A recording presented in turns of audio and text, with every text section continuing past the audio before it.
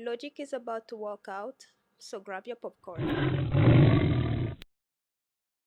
Hi, I'm Lola, personal trainer and nutrition coach on a mission to shape a better you together. And today we are reacting to some posts from fat acceptance and healthy at every size movements. Let's beast it. I'm a thin person who rarely exercises and regularly abuses drug and alcohol, whose diet consists almost exclusively of pizza rolls and cinnamon toast crunch. And I can't remember the last time someone told me that I was disgusting or that my body was unacceptable because they were concerned for my health. So I'm gonna need some of you to come up with a better reason for your fat phobia and hatred of fat people, or better yet, maybe just learn to mind your own business. LOL. Read it, then read it again. I'm not sure what point you were trying to make here, but you demolished it. Let's read that again. I'm a thin person Okay? who rarely exercises and regularly abuses drug and alcohol. That right there. Yes, you are thin, but because you abuse alcohol and drugs? No. Even as a thin person, you're not healthy. You just proved that point. You know.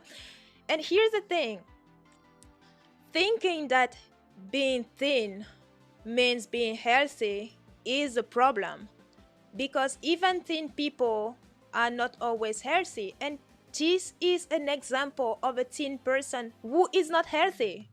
Come on, you abuse alcohol and drugs, your diet is poor, and on top of that you don't exercise. So yeah, no, you're not healthy, and you should actually get some serious help, because you are doing harm to yourself. And if you think that you were actually backing up obese people from the fat acceptance and healthy at every size movement, you were not. You were endangering yourself and many other people who possibly are going to follow you or are even following you down that path, and you are hurting fat acceptance and healthy at every size as well. So yeah, it's no, you're not healthy.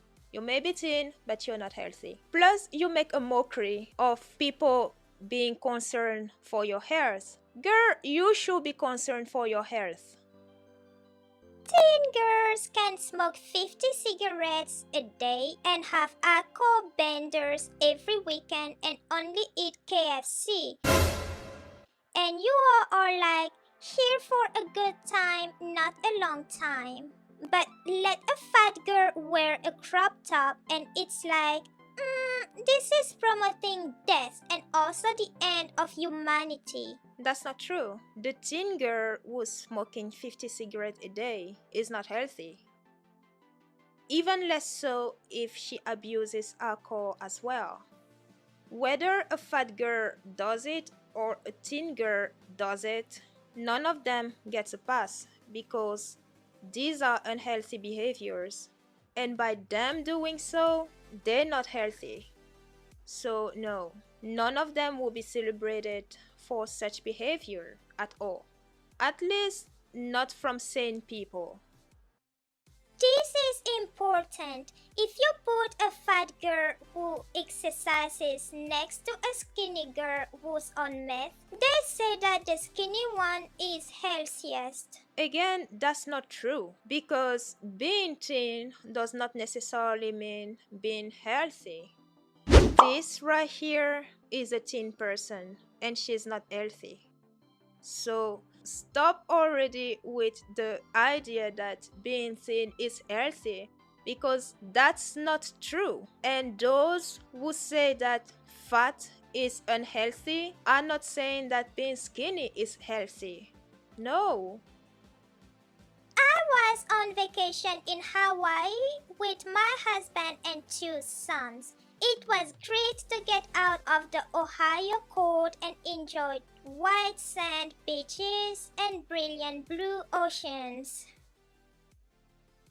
I Our hotels informed us of a whale watching tour that we might enjoy. I thought this would be a great way to end a great family trip. When we got to the boat that did the tour, everyone was made to wear a life jacket. They didn't have any in my size, so I wasn't allowed onto the boat. I told my boys to go on without me while Dad stayed with me to keep me sane. The boys couldn't stop talking about how amazing it was. Until they make life vests in reasonable sizes, I won't ever know. Teen privilege is being able to enjoy the ocean. What? Okay, so you are obese and you have 2 children. Isn't that privilege? You are married to someone you love. Isn't that privilege? So, with your family, your husband, and children, you were about to go on a vacation to Hawaii. Isn't that privilege?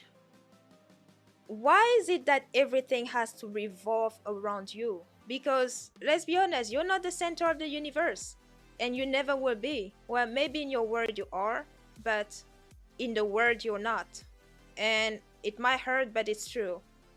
You're not the center of the universe, no one else. So, explain to me why you probably got yourself. Actually, I'm going to assume that you got yourself to your weight, because if it wasn't the case, you won't be having this tone or these words. You would not feel entitled to everything. So let's assume you got to your weight because of your own doing. And in that case, explain to me why you put yourself in your situation and you expect the world to cater for yourself. Why? You made a choice and it was a poor one. So why should everybody else and life should stop just for you? I'm waiting. Explain that to me. And they don't have life jackets your size. Maybe that's because your body got to a point where they couldn't accommodate you. And that's not because it's you, but I want to believe they have larger size vests and you just larger. Is it the company's fault? Is it your fault? Yes. So how about you make some changes so that you will fit in those vests? And I'm not even asking you to, as you all say in those movements, shrink yourself. I'm just saying lose some fat. You don't have to be XS, but you don't have to be 5, 6, and more X as well. That's just an opinion. Hi, I have a diagnosis of fatty liver. I have been working hard with my registered dietitian to find ways to manage this that line up with intuitive eating. I had an appointment with a liver specialist today, and she said because of my BMI, I am obese, and went on to say this word over and over. She really stressed losing weight and said she doesn't agree with health at every size. This is the second liver specialist I have seen, and believe it or not, she is better than the first and is open to the conversation, but it is clear she has never heard of health at every size or intuitive eating in her life. I'm feeling so down and discouraged. So, okay, how many specialists are you going to see before you take their word for it? Or is it that if you don't agree with a specialist, then they're not good at their job or they don't know what they're talking about? Wait, if that's how you operate, then does that mean that they have to think the way you think before they treat you? Or things have to be the way you think they are before being true? I'm confused. You want the treatment or not? Two specialists. Keyword specialists. So these are people who know what they're talking about. And you said it yourself. You are dealing with fatty liver. Fatty liver. But guess what? Whether you like it or not, your condition is not going to go away just because you disagree with the diagnosis of your doctors. So if those two doctors and more, if you go see more, if they tell you you need to lose some weight, you do. And this is not against you, but it's their medical recommendation. Oh, fat phobia doesn't exist? Have you ever hesitated before taking a medication because it has a side effect of weight gain? Have you ever thought a cold or the flu had a silver lining because you lost a few pounds? Have you ever looked back at a photo of yourself and been embarrassed about the size of your body compared to your body then and your body now? Have you ever ordered something you didn't want off a menu because it was less fattening than what you actually wanted? Yep, that's not normal. That's intrapersonal fat phobia.